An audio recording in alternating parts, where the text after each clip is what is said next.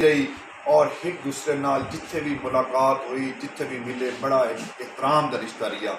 और यही सानू सियासत सिखाती है कि सियासी नज़रियात अपनी जगह पर, लेकिन जोड़ा है किसी जो किसी ड्यू रिस्पैक्ट होंगी उस पर कंप्रोमाइज़ ना अज तक पाकिस्तान पीपल्स पार्टी के वर्कर ने किया है, ना पाकिस्तान पीपल्स पार्टी की क्यादत ने किया है, और ना ही पाकिस्तान पीपल्स पार्टी और वो पार्टियां जिहड़ियां अरसदराज तो जोड़ा है इस मुल्क में कलीदी किरदार अदा कर रही हैं, उन्होंने हमेशा रिस्पैक्ट की सियासत का सबक दिता है, इज्जत की सियासत का सबक दिता है, बर्दाश्त की सियासत का सबक दिता है। लेकिन अनफॉर्चुनेट कुछ अर्सा पहले जी एक पार्टी पर इकतदार आई, उसने सियासत के बर्बादी तो इलावा होर कोई गल नहीं की। उन्हें सियासत के जोड़ा है इंतशार की गल की है, उन्हें सियासत के बर्बादी की गल की है, उन्हें सियासत के इज्जत खत्म करने की गल की है। जबकि बाकी तमाम पार्टियां जिहड़ियां कि अज जिन्नियां कि एक दूसरे नाल इतफाक नाल अपने पाकिस्तान की तरक्की वास्ते अपने सिलसिले में अग्गे बढ़ाना चाहदियां ने, उन्होंने बर्दाश्त, इज्जत और रिस्पैक्ट की गल की है। ये बुनियादी तौर पर फर्क है। उन्होंने छोटे बड़े की इज्जत की गल की, जबकि दूसरी साइड पर इज्जत को खत्म करने की गल की। यकीन करो, मैं वो गल करना कोई ऐसी गल करना नहीं चाहता, लेकिन इख्तलाफात नज़रियाती तौर पर होंदे ने, पार्टियां दे विच वर्कर्स दे विच होंदे ने, क्यादत दे इशूज़ होंदे ने, लेकिन अज तक अस ये माहौल नहीं देखा जो पाकिस्तान पीपल्स पार्टी पाकिस्तान की सियासी तारीख के पिछले चंद दिनों के सानू देखने का मौका मिले।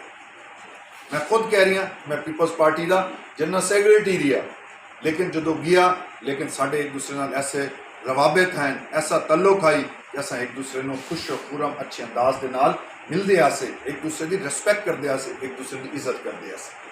मैं 3 इलैक्शन जिंदगी के लड़िया, मैं तीनों इलैक्शन आज़ाद हैसीयत के लड़िया। ये पहला इलैक्शन है कि मैं पाकिस्तान मुस्लिम लीग के नून के प्लेटफॉर्म को कॉन्टेस्ट करता थी। और 2010 के इतने जिन्नी एक इलैक्शन होया सी, वो मेरे वाले दे मोहतरम नवाब गजनफर अली खान जबवाना सियाल साहब पाकिस्तान पीपल्स पार्टी के कैंडीडेट हैं। अज मैनू खुशी है कि 2022 का जिमनी इलैक्शन भी मैं समझना कि जिस तरह मैं पाकिस्तान मुस्लिम लीग नून का नामजद कैंडीडेट हाँ, मैं उतना ही पाकिस्तान पीपल्स पार्टी का भी उस हवाले नामजद कैंडीडेट हाँ, क्योंकि ये इलैक्शन तमाम पार्टीज आपस में इतफाक़ राय न लड़ रही हैं, मां सिवाय तरीके इंसाफ के। फैसल आज जबवाने की कैंडीडेचर जी है वो सिर्फ नून लीग की कैंडीडेचर नहीं, मियां अली साहब, वो दरअसल जिथे नून लीग की कैंडीडेचर है उस थाई ही पाकिस्तान पीपल्स पार्टी की भी मैं कैंडीडेट हाँ। मेरे को अल्फाज भी नहीं कि जिस अंदाज नाल, जिस एहसन तरीके नाल मेरे भाई हबीब खान साहब नूं पाकिस्तान पीपल्स पार्टी दे नामजद उम्मीदवार हैं, अज मेरे हक दे विच फैसले आज जबवाने के हक दे विच दस्तबरदार हो रहे हैं।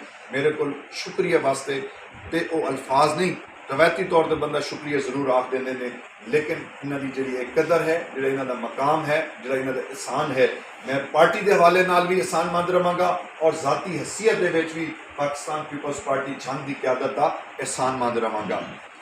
और मैं मशहूर हाँ और ममनून हाँ और दिल दिया तां कर शुक्रिया अदा करना। मैं इस तो अगे बढ़ना चाहना। ये इलैक्शन जोड़ा है जिमनी इलैक्शन जोड़ा है जिसका हूँ तकरीबन कैंपेन बाकायदा तौर पर शुरू हो चुकी है। चंद दिन इलैक्शन बाकी रहिंदे ने, 1 माह तो भी घट दिन रहिंदे ने।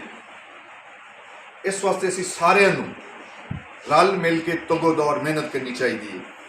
ये सिर्फ MP का इलैक्शन नहीं, ये एक साडे पोलीटिकल स्टेक का इलैक्शन है। ये तमाम वो पार्टियां जिन्हों का आपस में इतफाक है, उन्होंने स्टेक का इलैक्शन है। और सानू एक मैसेज इस इलैक्शन की कामयाबी तो बाद जाएगा कि जिहड़ा लोगों की इज्जत की गल करता है, जिहड़े लोगों की गुरबत को खत्म करने की गल करते हैं, जिहड़े इलाके की तरक्की की गल करते हैं, जिहड़े पाकिस्तान को इस्तकाम की गल करते हैं, पाकिस्तान नू तरक्की की राह पर गामजन करने की गल करते हैं। एक साइड वो लोग ने और एक साइड वो लोग ने जिहड़े पाकिस्तान के इंतशार की गल करते हैं। एक साइड वो लोग ने जिहड़े इज्जत वड्डे छोटे की इज्जत की नू खत्म करने की गल करते हैं। ये 2 मुख्तलिफ लाइन्स हैं। सानू साबित कर देना चाहिए इतनी वाजिया अक्सरियत करके कि इज्तमाही तौर पर लोगों की जी सोच है वो ये सोच है कि पाकिस्तान के तरक्की हो, पाकिस्तान के इस्तकाम आवे, इस इलाके के तरक्की हो, ਬੱਚਿਆਂ ਦਾ ਰੋਜ਼ਗਾਰ ਜਿਹੜਾ ਹੈ ਉਹ ਮੁਹੱਈਆ ਹੋਏ ਔਰ ਜਮਹੂਰੀਅਤ ਦੀ ਜਿੱਤ ਹੋਣੀ ਚਾਹੀਦੀ ਹੈ। ਇਹ ਸਾਰੀ ਜਮਹੂਰੀ ਤਾਕਤਾਂ ਨੇ, ਜਿਵੇਂ ਉਹ ਆਇਆ ਸੀ ਉਹ ਸਾਰੇ ਜਹਾਨ ਨੂੰ ਪਤਾ ਹੈ ਔਰ ਜਿਵੇਂ ਗਿਆ ਉਹ ਵੀ ਕਿਸੇ ਤੋਂ ਲੁਕਿਆ ਛੁਪਿਆ ਨਹੀਂ ਹੈ। ਕਿਸੇ ਦੇ ਹੀਲੇ ਬਹਾਨੇ ਔਰ ਖਤ ਵਿਖਾਉਣ ਨਾਲ ਲੋਕ ਜਿਹੜਾ ਹੈ ਕਨਵਿੰਸਡ ਨਹੀਂ ਹੁੰਦੇ। ਅਗਰ ਤੁਹਾਡੀ ਕੋਈ ਕਾਰਕਰਦਗੀ ਅੱਛੀ ਹੁੰਦੀ ਤਾਂ ਅੱਜ ਤੁਹਾਡੇ ਇਹ ਹਾਲਾਤ ਨਾ ਹੁੰਦੇ। ਤੁਸੀਂ ਆਪਣੀ ਕਾਰਕਰਦਗੀ ਦੀ ਵਜ੍ਹਾ ਤੋਂ ਤੁਹਾਨੂੰ ਲੋਕਾਂ ਨੇ ਛੋੜਿਆ, ਕੋਈ ਹੋਰ ਵਜ੍ਹਾ ਨਹੀਂ।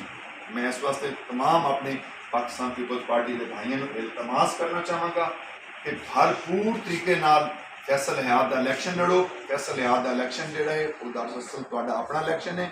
ਇੱਕ ਤੇ 2 11 ਹੁੰਦੇ ਨੇ, ਅੱਜ ਅਸੀਂ 11 ਹੋ ਗਏ ਹਾਂ ਤੇ ਜਿਤਨੀ ਤੁਸੀਂ ਮਿਹਨਤ